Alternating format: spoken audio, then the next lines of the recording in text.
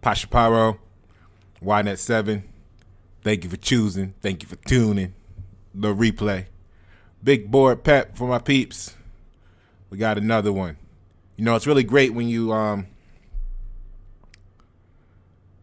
it's really great to have people that you're building with, and you can bring them some information, and and they come back with you with something to look into. So today, this stock, someone asked me to look into for them, and putting this together so I can share with them, you, and myself all at the same time. So congrats to them for having an eye on this. I appreciate the opportunity to actually dive in and take a good look at it and see what's what with it. If you have a stock that you got eyes on, and by all means drop it in the comment. Maybe I could take a look at it and see what I think. Let's look at this one. It's actually called TRXC. Okay. So, and they're Transenterix Inc. And we're gonna go ahead and break this all the way down. Let's start with the card. So this P.E.P closed at 207, right? It had a high of 229, and it accomplished that on Friday with below average volume. Okay, so the stock was actually at $90 in 2018. All right, so think about that for a moment. And as of right now, I think it will hold $1.46 to $1.77. That whole blue area is pretty confident. I think the dips that we're seeing in it are really just related to people locking in profit, right? It's still sketchy to them. Maybe they don't know what they actually have their hands on. Congratulations to everybody that got in at the 50-cent mark. You are in for a nice ride, per what I'm looking at here. And by all means, I'm not a professional, so to speak. This is just my log, and I'm just sharing with you for your entertainment purposes. So make your own decisions at your own risk, do your own due diligence, and let's get the bag if you can get it. You know what I'm saying? So the whole blue area, when I was watching this move, looking back on it, it's really sound. It's really sound. It doesn't have a lot of gaps. It doesn't have weak areas. Like, it went up, but it didn't go up extremely fast. Now, if you look back on the 11th, right? Because once we entered into 2021, it was at 50 cents. So it's about a 400% increase, right? So in the last 2 weeks, and I want to, based on what I'm looking at, I think this is just the beginning of something really, really incredible. Shout out to the Carolina Triangle region for this one. And DDD, when we went over DDD, that was in South Carolina. This one's North Carolina. You know what I mean? Carolinas is in the house. You know what I'm saying? So let's take a look at this. So the blue area is extremely confident. Look for it to break up or down, because I don't pretend to know everything, but I think it's going to long term definitely increase. Now, what it's going to do Monday, I think I would like to say it's going to break up, because it's been coming back to that 229 a couple times. Like, you see it hit it on the 11th. Then we had a pullback because that was a massive surge. That makes sense. Then it slowly came back to it. There's a spike where it didn't hit the 229, but it was over the 202 where we're at now, 207. And it gradually got back to that. It held that like almost the whole pre-market on Friday. It had a spike in the beginning and then a pullback. So I'm looking at 229 is the breaking point. Now, it might get slammed back, it might get rejected, and it might have to build up some more momentum. But when it breaks that 229 and it holds 230, 292 and 390 in the next test, okay? So keep that in mind. So let's look at what we actually got going on here. Now, this stock, like I said, when you look at it now, it just looks like pretty much an average everyday stock. Shout out to Morrisville, North Carolina. So, however, when you go on a 5-day, again, you're not seeing nothing special. It starts to become apparent that there's some activity when you look at the 1 month, okay? If you go back a year, it almost looks flat, but here's where it gets interesting. Or the year to date, rather, it almost looks flat. So if you go back in the first half of 2020, there was activity where it was above $1 before it. All right. And if you look at the 5-year chart, 2020 is here. So as of, well, if you look at this flat level here, it was at $17 coming into the second half of 2019, and then had a gradual fall all the way down to, 50 cents. But if you go back into 2018 here, right, $84 is what it shows here, but the actual high was $90.83, and that was pretty interesting. So what happened, right? What happened here? You see this huge spike up, then came back down. Even still, it's holding $20 for the better part of its life. In the last 5 years, has some spikes, has a huge spike, and then it drops back down all the way to 50 cents. So I think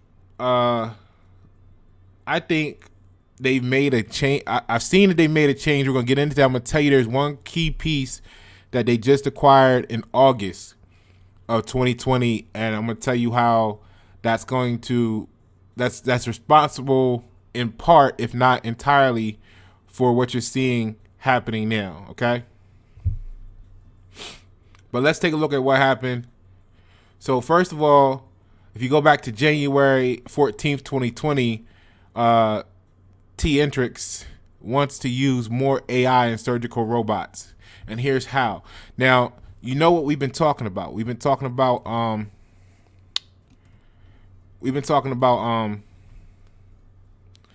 technology in medicine, right? So we've been talking about AI. We've been talking about robotics. We've been talking about automation.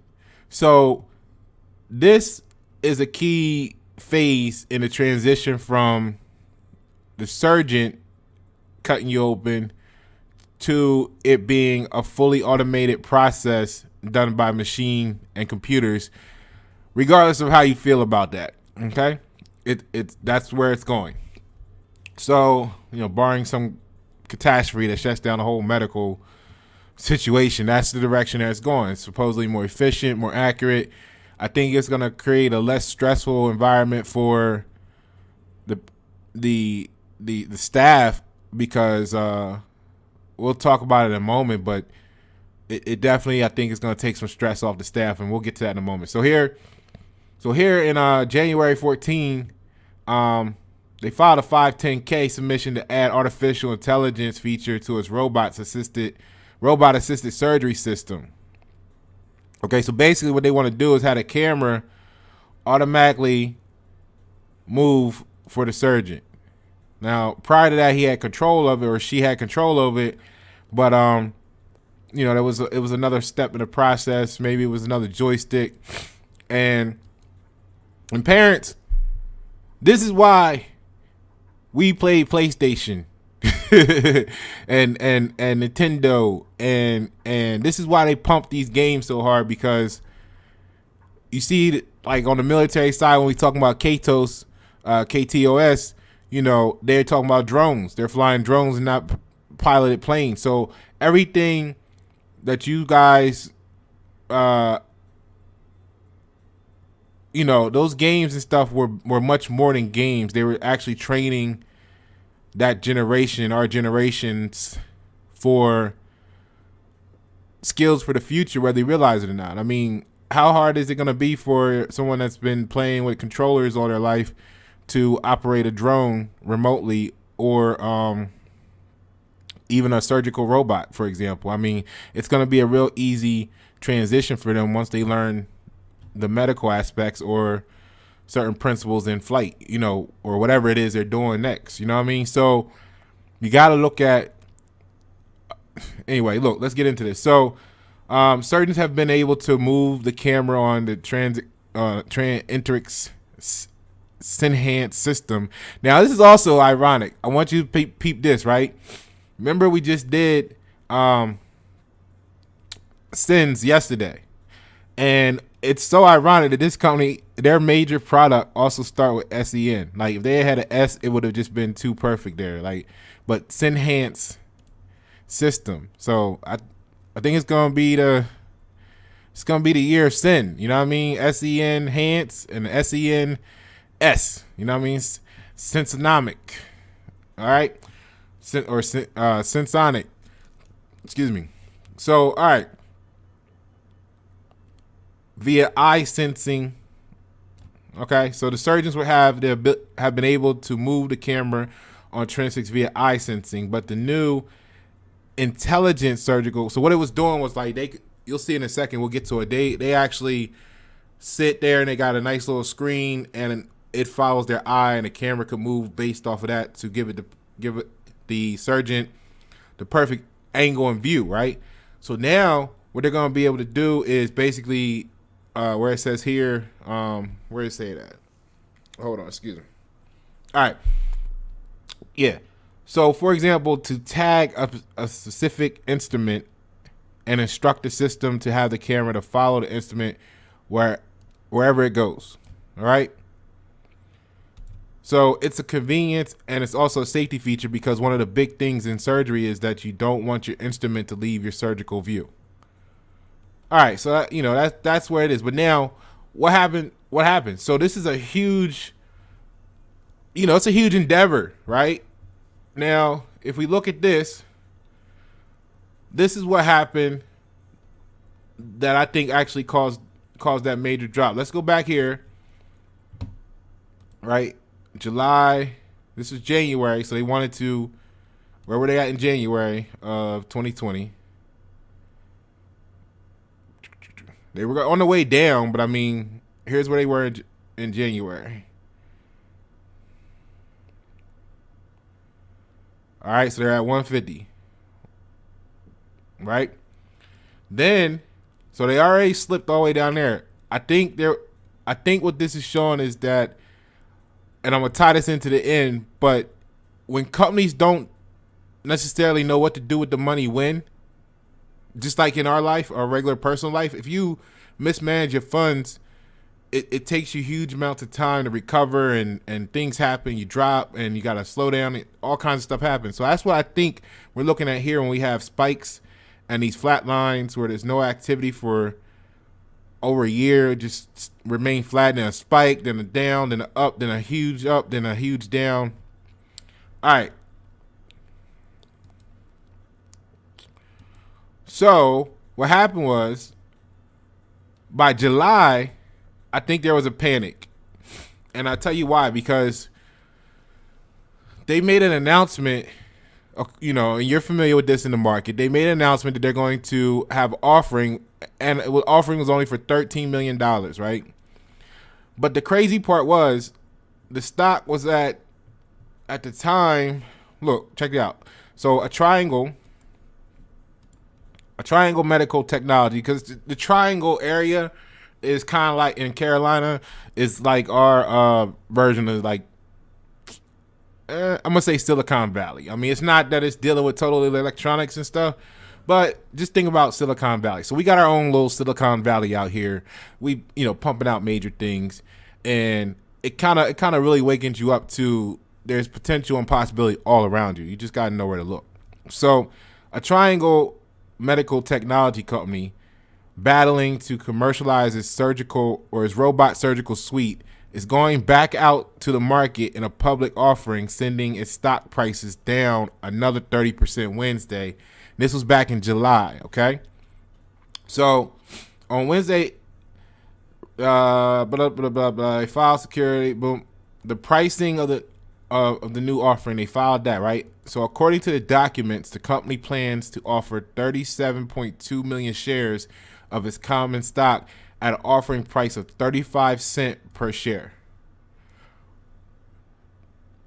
providing underwriters a 45-day option to purchase and up to an additional 5.5 million shares. Now let's go back and look at this, right?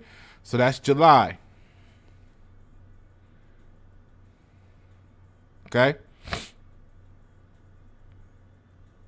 So it's at 35 cents July 2nd. Now, in June, you seeing it was at 60. You know what I mean? It was bouncing around, and for the most part of June, it was at 60, 57. So when they come out and say 35, you know what the stock gonna do? Wham! It's gonna drop down to that 35 mark. So I feel like this was actually a scramble for funds, because you know they probably waited way longer than they should have to make a move like such. But that comes down to a position in leadership, and we're going to get to that. So this slams all the way down to 35 cents. Now, there was a key move made in August, and I'm going to tell you about that in a moment. But basically, you already know what happens. Stock falls from where it's at, hits 35 cents, maybe a little lower, stays there for a little while until it starts to come up. So let's take a look at who we got here. So this is the company. This is their website, if you want to take a look. So what they're talking about is digital laparoscopy, right? If I said that right. So improve the surgical experience in ways that matter. Sounds good. At Transenterix, we believe in digitizing the interface between the surgeon and the patient in laparoscopy to increase control and reduce surgical variability for improved patient outcomes in today's value-based healthcare economy, right? So we understand the challenges that hospitals and surgeons face to drive predictable and excellent outcomes while optimizing resources and costs. Okay? So we designed the Senhance Surgical System, SSS, for first digital, or the first, see, remember I tell you I like these words, the first digital laparoscopic platform to give surgeons enhanced capabilities that can improve the surgical experience in ways that matter, as well as support hospital systems that strive to employ innovative healthcare strategies. Okay, so they got some other stuff down here. They got some awards, time, 500 fast, you know what I mean? So that's pretty cool. And then they got a bunch of news if you want to look at that. And if you want to connect with them, there's some ways to do it. All right, so let me see here. Let's take a look at where I want to take you next, because I looked over all this, and I think this is going to give you a good for the backstory. You'll be well informed, and after that, I'm gonna tell you the key part that I think really plays a major role in this, and we've already set the stage for why that's so important. So basically, their strategy, like they said, they already told us, digitizing the interface between surgeon and patient, right? To increase control and reduce surgical variability. We went over that. So they kind of go over it again here, tell you that they were founded in 2006, so they're relatively new. If you want to look at it in that standpoint, but the technology has been advanced greatly. So let's see here. So let's take a look here, right? And let me set the stage for you. Give me a second.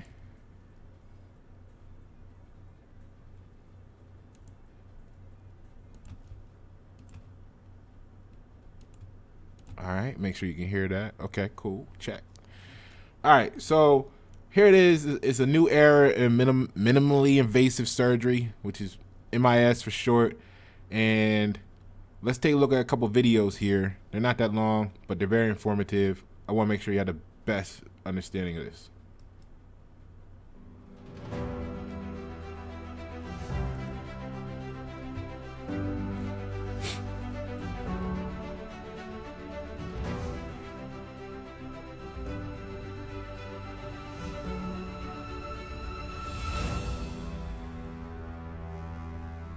While standard laparoscopy is an excellent technique for minimally invasive surgery, how do we continue to advance? How do we lessen the physical toll some instruments can take on surgeons? How do we stay sensitive to costs and efficiencies while preserving the benefits? How do we focus on these challenges while moving forward?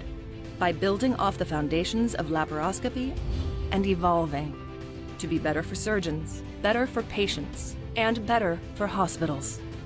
Senhance begins that evolution by digitizing the interface between the surgeon and the patient. First of its kind surgeon eye tracking camera control. First of its kind haptic sensing. Improved ergonomics with familiar surgical technique.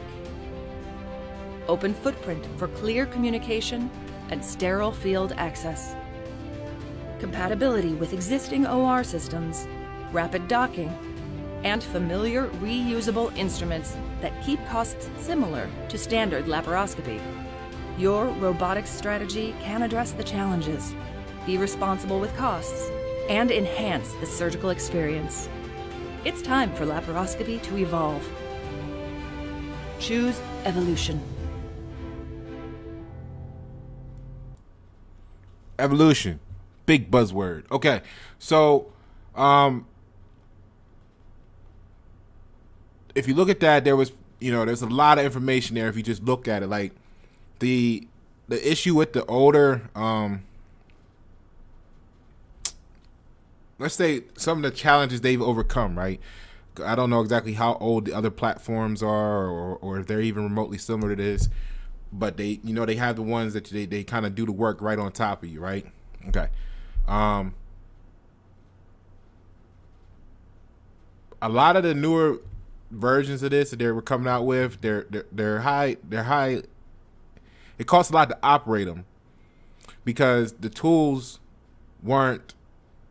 I guess how they take the scalpels or whatever, just like in dentists, they send them somewhere, get sanitized, they come back and they can reuse them. So I guess that wasn't available before. That's one of the main components of this do, right? Plus, it give you things like now they're sitting at that little, chair, doing it on a nice big screen instead of standing over top of the patient trying to do stuff. It was already hard enough. I know it makes it easier to have that new, that whatever it was before, where you see the doctor in there and standing over the patient like this, that, and the other, and they doing all this with the little thing. So that made it easier than sitting there with the scalpel doing it, right? And then this is going to make this process even easier because you put them in a more comfortable position. Anybody that knows anything about process improvements know that increasing the ergo, right, helps make the process better for the operator or the tech. So in this case, the doctor, you're gonna greatly reduce the stress, fatigue, and injury potential for them.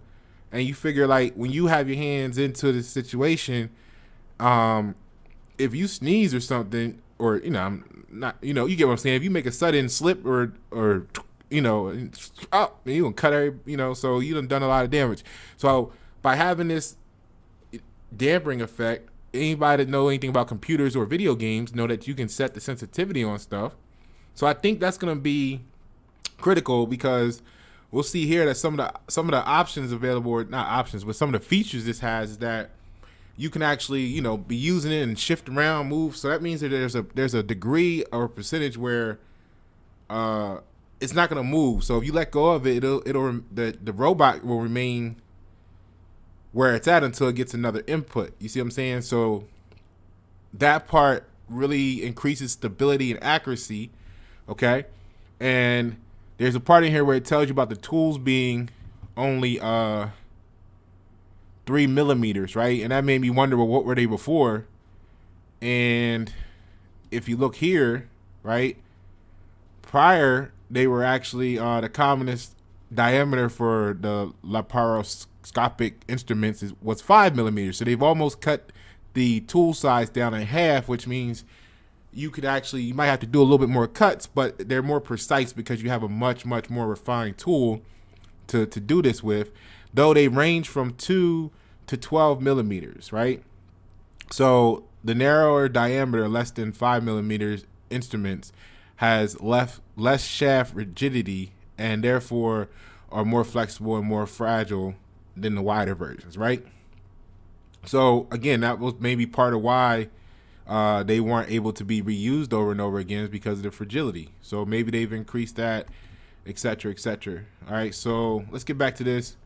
Let's check out some more detail here. Here's a little testimony, right? In 2018, I had a very dear cousin pass from cancer, and several I'm sure you can start to see the had value. other types of cancer.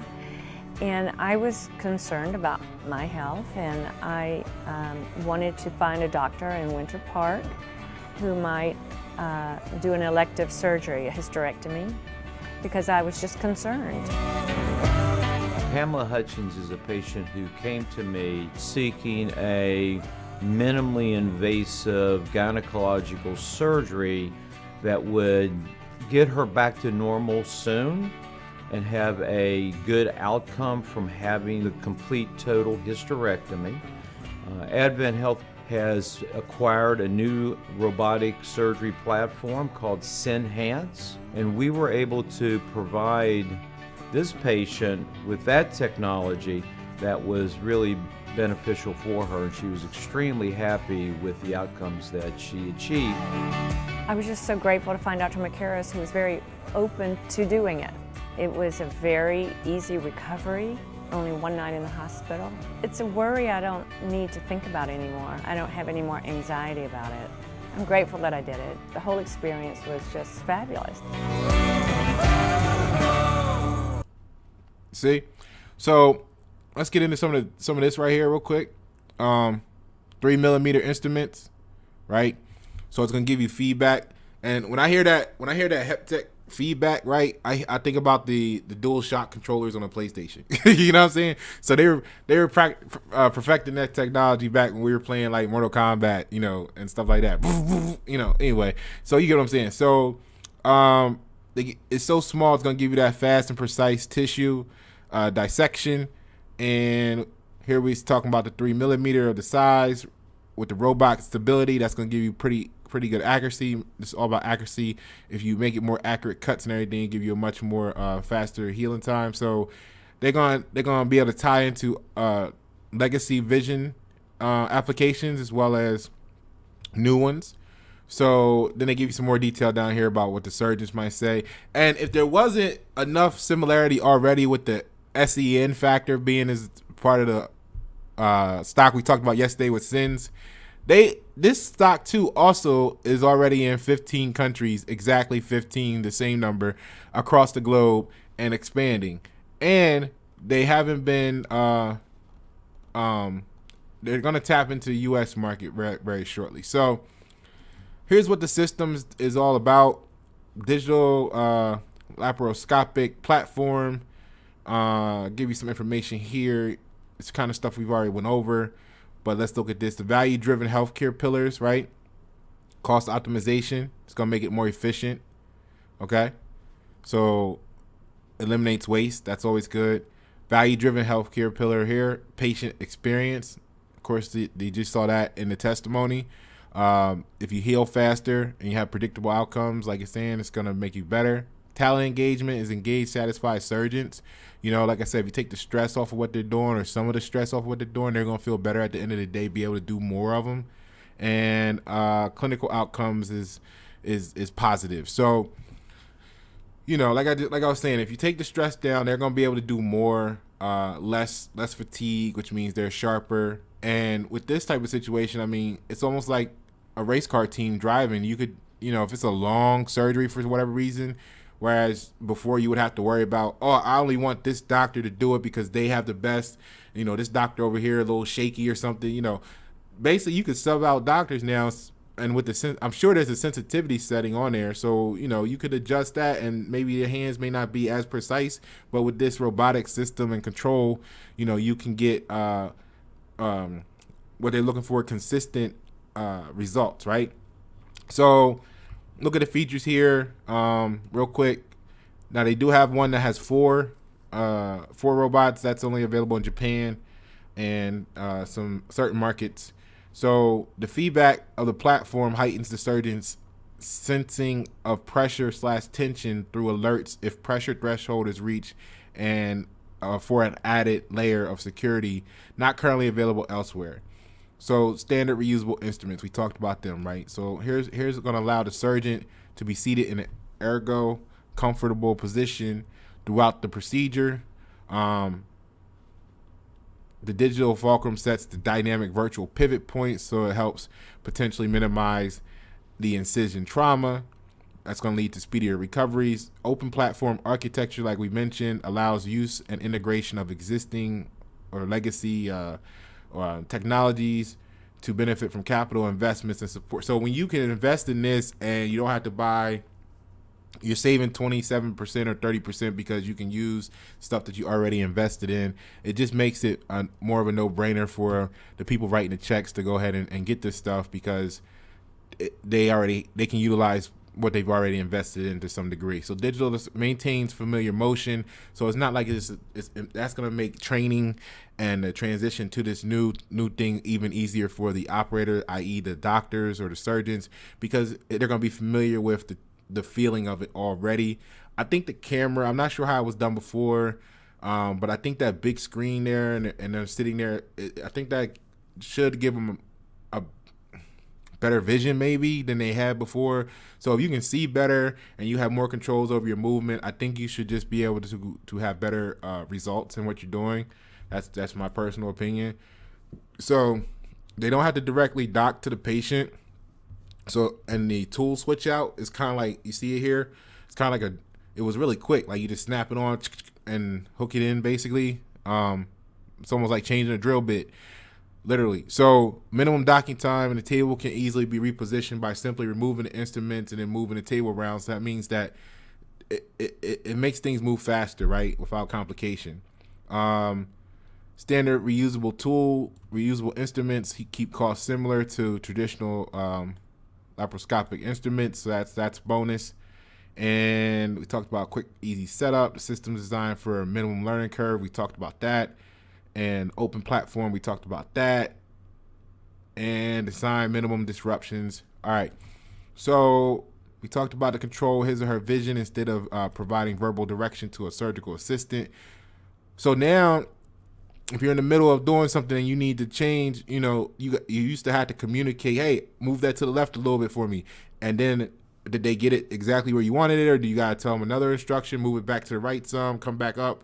That's time wasted. And that time wasted increases stress, because you're like, no, not right there. I need this done now. Quickly, it's bleeding. It's, whatever, right? So all that's going on. So when you can just control it yourself, and it's to the point where you don't need like another hand to do it, it just makes you more fluid in what you're doing. And I think that's going to really, as long as, I think that's really going to increase the situation benefit to both the patient and the hospital and the surgeon themselves. And that comes in with the eye tracking for the camera, etc., like that, right? So keep the variability down. This is what they got going on. We talked about the force feedback. I think, I'm calling it force feedback. They got a nice name for it there. I could be not doing it any justice by minimizing the importance of the title, but basically it's going to have some alerts, some feedback to let you know. So, and I think it would only make sense if they have a sensitivity setting, like your mouse or your PlayStation, so that maybe one person pushes 2 inches and another person can push half an inch to get the same motion on the inside, because they're different. If one person's a little shaky, that 2 inches before you get the same movement is going to come in handy, because if they shake you a little bit, they can still do it without causing any unnecessary damage. So it's got a lot of stuff here. The robotic arms provides stabilization for multiple instruments and the camera, reducing impact of tremors and giving the surgeon more instrument control. Bonus, right? So we talked about their ergo situation, and they give them, this here is important. So the 3D HD visualization provides the surgeon with additional intelligence regarding depth and spatial relation of organs. So basically, it's going to give you some, like, you're going to be able to see depth and maybe even what's behind that and stuff. Who knows what they can do? Maybe they got a little X-ray thing going on there, and you'll be able to see exactly how deep you can go before you hit the next artery or something, you know, and it makes it better, right? So take a look at that. Get familiar with this other stuff. They got some other detail there for you, but really great, really great, really great. Now, here is what's going on now. Well, before we get to this, let's look at the team, right? So let's go. Where was that at? That was under admin management team. Okay. Now look, check out the people, right? Now this guy here, all right, he's the CEO. You know, you know, read over this, read over that. Great companies mentioned. He's doing his thing, right? Because there's one guy that it's very, very timely, and I'm telling you, this is what you got these people in place already. Apparently, they doing good with the product, but the money was all messed up, right? So this guy, he's doing some things. He's got some history here. Check him out, right? She's gonna make sure the intellectual property is secure, so she's gonna do her thing there. She got a good history of doing that. Shout out to Frost. And this guy, here we go. You know, they do everything. These people do everything. He gonna have he's directing global initiatives for the field service, customer service, product support services, logistics and supply chain teams in support of the whole project, basically. So he's got a good history in doing that. So he's a good fit. I like how they did this as global head of people. Like they're changing the HR. You know, it's more, got to soften that up. Human resources just sounds too. We're gonna now call them the global head of people. Okay. Hey, she's leading the body. She gotta be the head of the people, right? So Miss Owens, or shout out to Owens. She got a little 12-year history in HR and stuff like that. She doing her thing. We getting there. This guy here, VP of Global Research and Development, he got some history in R&D. All right, he got some history in biomedical. Good guy for the position, I guess. Now, here is the money guy. Okay, here's the money guy, the CFO, as Executive Vice President and Chief Financial Officer. Mr. P.E.P is responsible for the company's global finance activities, assisting in setting strategy and directing implementation, and representing the company to investors. Now, here's what's important. I mean, I know we just blew through a lot of data, a lot of stuff, but I want to take you back here, right? I think they fell off here. They had some surges, some failures, surges, and then they almost died here. And they were like, you know what? Something's got to change. Something's got to change, people, right?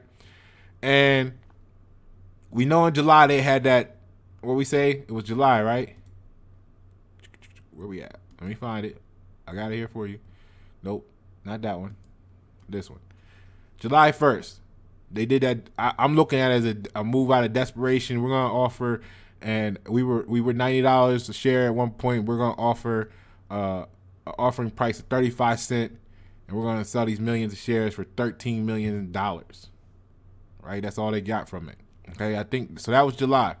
Now, this guy, Mr. R, has over 20 years of financial leadership experience in the healthcare sector. Bonus number 1. With significant experience in a variety of corporate leadership roles. Bonus number 2. We understand the hierarchy chain of command. So his background also includes time spent as an investment banker and sell-side equity research analyst. Now, this statement right here, this what I got highlighted right here, to me, by itself. This one sentence.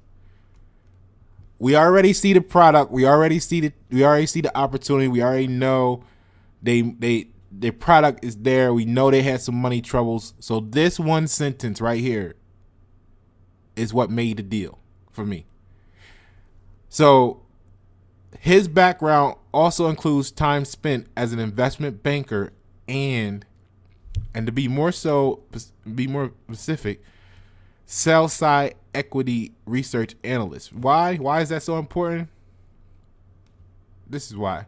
Oh, read this last sentence. So most recently, Mr. R served as chief financial officer and interim chief executive officer at Zomedica Pharmaceuticals. I think you guys have heard of them before, right? So, but this right here, sell side equity research analyst. Let me tell you why that is so important. So, a sell side analyst, okay, is an equity research analyst who works for an investment bank. The investment research is later used by the client to make a decision on whether to buy or sell or a stock or another financial instrument. So, this, your CFO,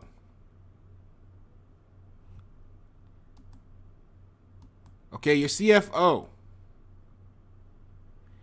knows how and when to position a stock. That's what you needed. That's what you needed the whole time. That's what you needed the whole time. So now here's what you gotta look at. Now we had that June, and then we had that July, then we had the right, and they were like, look, we tired of this shit. We almost died. Bam! August 24th, 2020 is when Mr. R was appointed as the company's executive vice president and CFO. Effective August 24th, 2020. They said they almost died in July, and guess what? We ain't having this no more. Bring in Mr. R.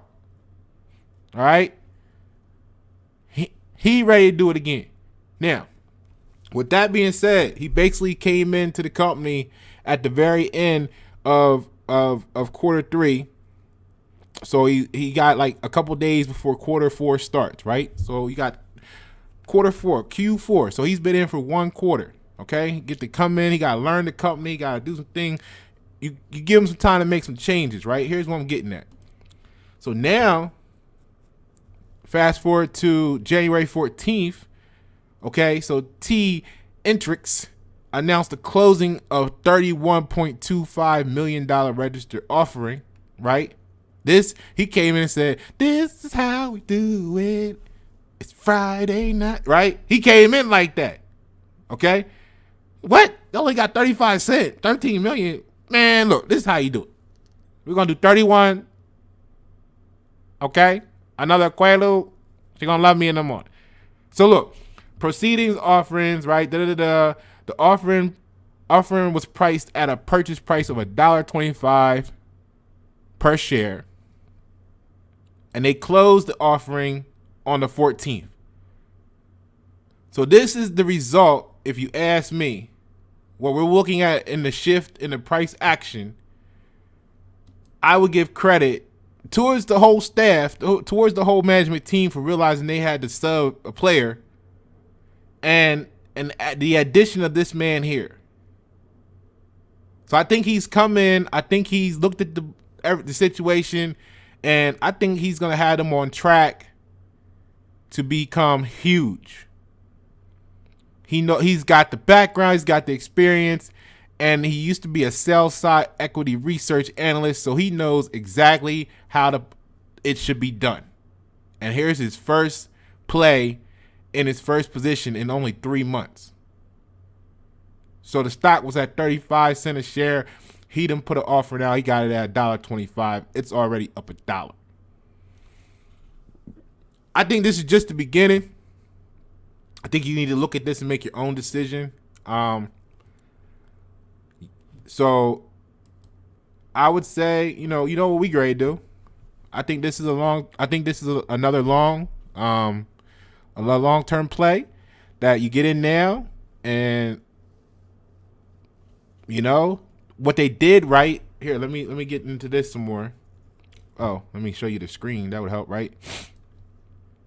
Because what's critical is when they did that last offer for 13 million. Like, let's go back and look at that, right? So here they did this offer 13 million, it was 35 cents a share, and the offer was expected to close in July 6th. They did all that, blah blah blah, on Tuesday, And where did it say? 600. So that first quarter, they only brought in 600,000 in revenue. So following up on a lackluster 2019 that saw the company's stock drop from $2.41 a share in January 2019 to less than 24 cents. So it lost 90% of its value, right? So as investors worried about lack of sales of the company's robotic surgical system, right? Here we go here. So they got in April, they received some money, 2.8 million through the P.E.P, and the expenses for the first quarter totaled $16 million. It reported cash and cash equivalents and restricted cash of approximately $22.7 million on March. So you can see they were like within $7 million of being totally broke, right? So that was March. And April, May, June, July, emergency bailout plan will give you 35 cents a share. All right. So here we go. With its current cash on hand, company officials have said they anticipate it has a runway extending into at least into the fourth quarter of 2020. Right. So this is January. Right. Wait, this was January for them, right? No, July. Excuse me, July. And they did a whole cash up. This is the representation of their CFO at the time. They did a cash up offering that only secured them funding for basically 6 months into at least the fourth quarter. So that's what they could guarantee. Having already made a 40% reduction in the head count and reducing its burn rate by 35%. Okay. So this guy was in a panic. Whoever was there, he or she made some blunders, and it cost the company severely. So you bring in, where is he at? Da-da-da-da-da, right? You bring him in, and here's the difference. He makes the one move, and what I want to show you is, where is it at? It is, here we go. The company believes after this is closed, they did the offering, they raised the cash. So the company believes that the cash on hand, proceeds from the ATM offering, I like how it's called ATM, and the Series C and Series D warrant exercises, as well as the proceeds from this offering, will be sufficient to fund operations into the fourth quarter of 2022. So guess what? Now they got a whole 2 years just from this one play. The guy only been there 3 months. So if he did this in 3 months, you know what he's going to do in another 3 months and a year. You know what I mean? So now it takes the stress off of them as a whole. They know they got their bills paid for 2 years. Now go out there and make the product make billions. You see what I'm saying? Relax, because you guys were in a tight situation. Somebody didn't get it done. You bring in this man right here, and it changes the whole game for y'all. Sell side equity research analyst in the house. I'm Pasha Pyro, SWATnet7. Thank you for tuning. Make sure you subscribe, hit the notification bell, share with some other people if you want to help them grow, right?